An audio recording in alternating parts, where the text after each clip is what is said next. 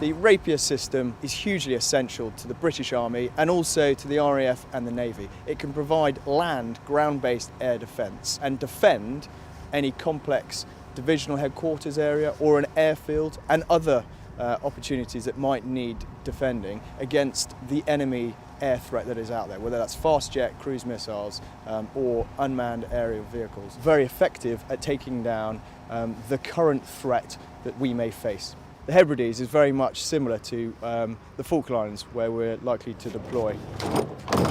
We receive from the ammunition bunker a number of missiles that we can then load onto the beams. These missiles are a two-man lift. Very complicated weapon system. It is a missile, and therefore people that move it need to be very careful in how they do.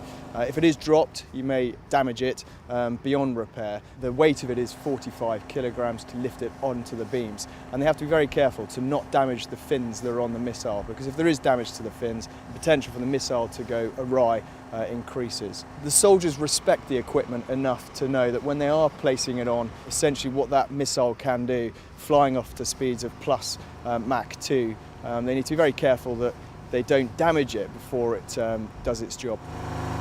Now, of course, if you had a fast jet costing X amount of millions of pounds and we were wanting to shoot that out of the sky, it would be a very expensive exercise. So a company has designed a target called a Banshee, which, depending on the payload that it's fitted with, is about 20 to 50,000 pounds.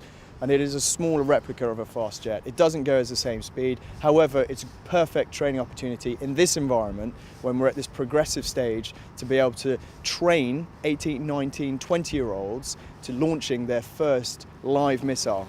And we want to make sure that they get the best experience they can so that when they come to do it for real against a fast jet, they're as best prepared as they can.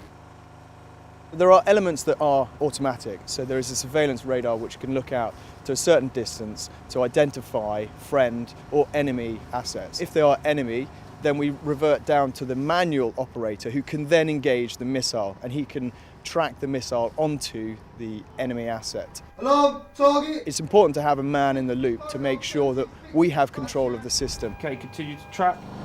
This is as good as it gets for the soldier, and they need to make sure that when they are moving it around, preparing it before it fires, firing it, giving it the respect it deserves, and ensuring that when we do call to fire, the equipment will work.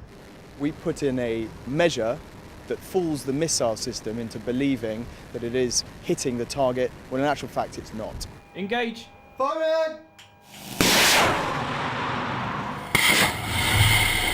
But it is a big ask for a 19 to 20-year-old to fire a missile which costs a lot of money at a very expensive and dangerous enemy threat. Target hit! Okay, double cancel. Double cancel!